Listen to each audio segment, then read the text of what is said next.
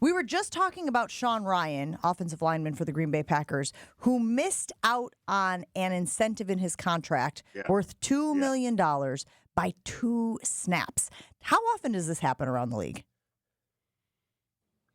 Well, every year in the last week of the season, we always do a segment on ESPN Sunday Countdown called Straight Cash Homie, and we try to focus in on some of those incentives that are out there that are attainable that day.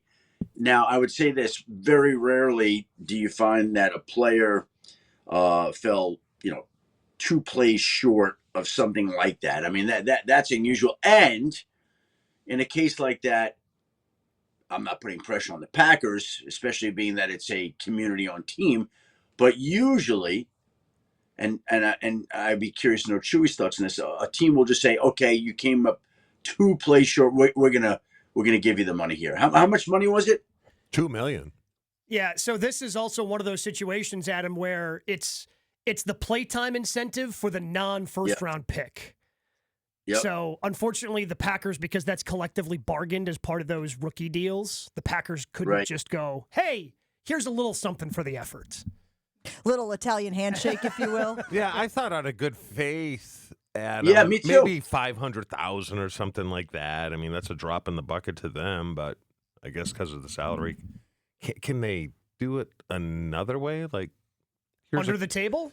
Here's a Lamborghini for $3. No,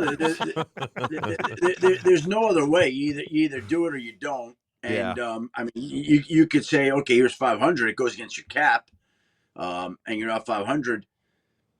There's a lot of ways to do it. I honestly think that in a case like that, if I were running a team, I would give the guy something. Yeah. Something. Yeah. Mm-hmm. Adam, sounds like the Bengals and Hendrickson are headed for what? Divorce? Doesn't sound pretty. No. But again, let me say this: how many times have we heard at this time of the year a player saying, "I'm done with this team. I'm not playing for them. I want to be traded," and then all of a sudden, lo and behold, that contract extension comes around. Now, the interesting part here is that this has been going on for the better part of 2 years. And Trey Hendrickson pointed out this week that he got a letter from Zach Taylor saying that if he's not at the mandatory minicamp in 30 days, he'll be fined, which he took to mean we're not getting your contract done before there. You better be there, which he didn't like. He didn't like the fact that they told him, come in last year, play well, and we'll take care of it. He did that. He led the NFL in sacks. And while he led the NFL in sacks and headed into the offseason, he since has seen 2 players who had multiple years left on their contracts in Max Crosby and Myles Garrett turn into, at that point when they signed their deals, the highest paid defensive players in NFL history. Well, he's still sitting there scheduled to make $15.8 million. So there's a lot of things that rub him the wrong way here. And, I think the Bengals want to keep him, but it has not been evident in the way that they've conducted their business with him per him. Adam, you had the report yesterday that you put on Twitter about Jayden Reed and his representatives meeting with Brian Gutekunst, just kind of getting an assurance. Do you know who initiated that meeting? Was it Reed's side or was it the Packers? Here's the thing. He changed agents, and I think that was lost on people, okay? So I think it's one of these things where a new agent comes in and he's just trying to get a feel for his new client. And they're coming off a draft in which they drafted a couple and so the new agent just checks in and he's told this is what it's really not a big deal. I was surprised that it got as much attention as it did. I just think it's, I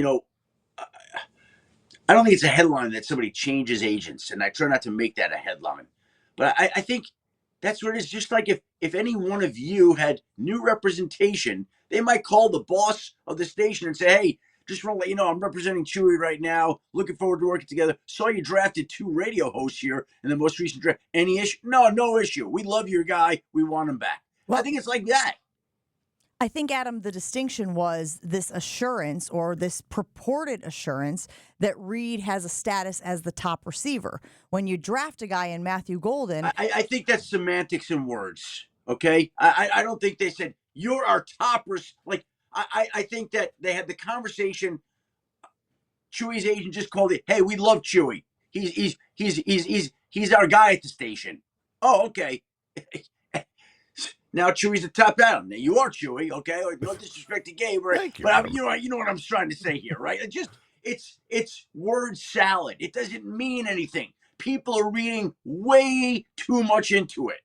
But what made this inflammatory, Adam, is, that report came out where Rosenhaus supposedly said, Gutekunst says you're our number one receiver, but then Stenavich goes and says, oh, we're going to have competition at the right tackle spot, where Zach Tom has been a mainstay there and is due a deal. Next, he's a free agent after next. It just that's what blew the whole thing up. Yeah, I don't know about that. I was just dealing with this element of it. I speak to the Zach Tom, Adam Stenavich part of this. Okay, that's you. I'm just telling you. I think it's one of these things that's gotten more attention than it should have. Right? I just think it's a case of a new agent coming in, checking in. Hey, we love your guy. He's our top guy. Whatever it was said. I don't think he saw you're the number one receiver. Was that the phrase that was used? I don't know. Top receiver, I think was the phrase. Whatever.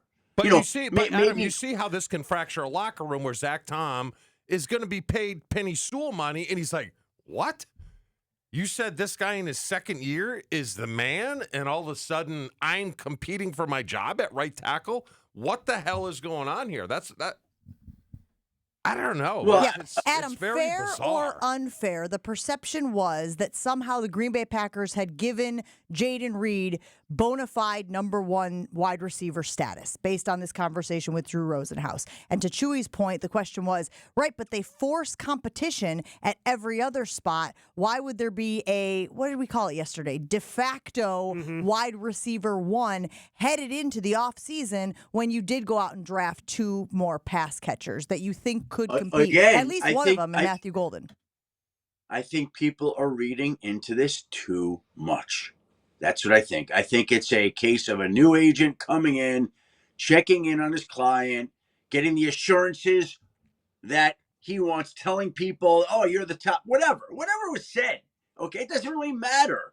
Like, it's just an agent representing his new guy, checking in after they draft two receivers. We still love you. This isn't a reflection of you. You're our top guy. Whatever it was that was said. Let's not make too much of it. It's really, I think too much already has been made of it. That's my own opinion. People can continue to make of it if they want.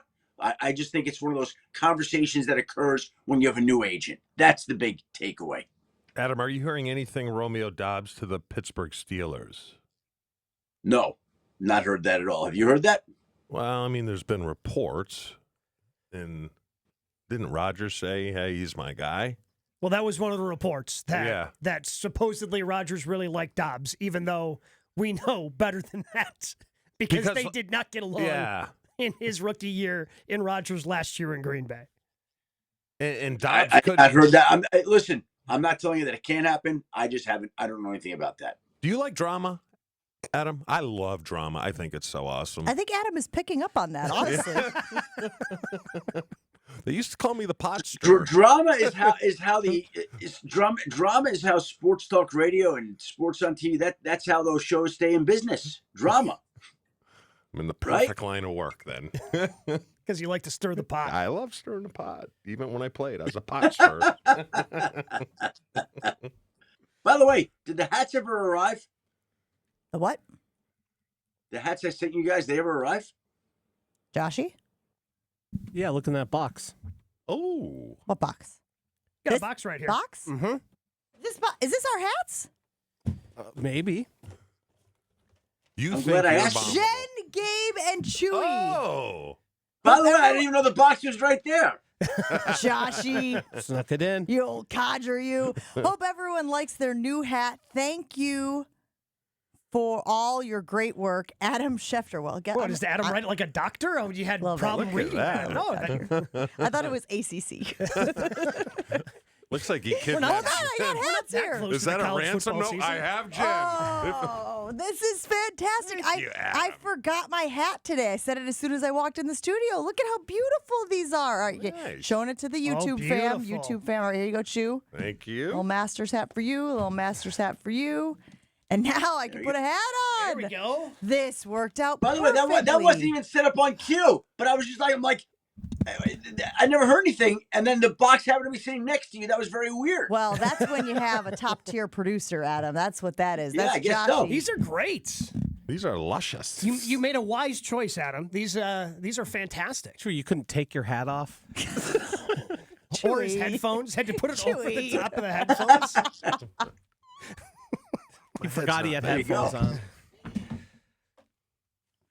No, Oh, there you go. There we go. Like a glove. Oh, There we this go. is great. I feel so official now. Adam, thank you so much for this. This was very, very kind Well, of you. since this is from the previous major championship, Adam, Oh, here we go. we've got the PGA coming up this week. It's a 2-horse race, right? Like you either got to take Rory or taking Bryson, right? Yeah. You know what? How about John Rahm or Tyrrell Hatton? Okay, you could talk me into Tyrrell, but like John Rahm has not played well in a major What about in Scotty? quite some time. Scotty? Scotty's going to finish top 5. I don't think Scotty's going to win. Scotty hasn't played here before. Yeah, Not that that's hindrance for somebody as great as he, right? But Schauffele's starting to come on a little bit. He's showing some signs of life. But I agree. Like it certainly feels like Rory and Bryson. That's what it feels like. That's what it feels like. Well, especially with all the rain they've got, like, you have to hit it long. Like it's going to be a long golf course anyway. But now with basically no rollout because of all the rain that they got, you got it. It's all carry, and those are the two best drivers. And I think we get Rory Bryson part 3. That's what I'm hoping for. Wow. Oh. Yeah, right. Sign you up. Sign you up for that. Yeah, Sit on exactly. your The couch US Saturday, Open was Sunday, and watch that. fantastic. The Masters is fantastic, and we'll take more of that, right? Should we be rooting for this Hatton fella just, No.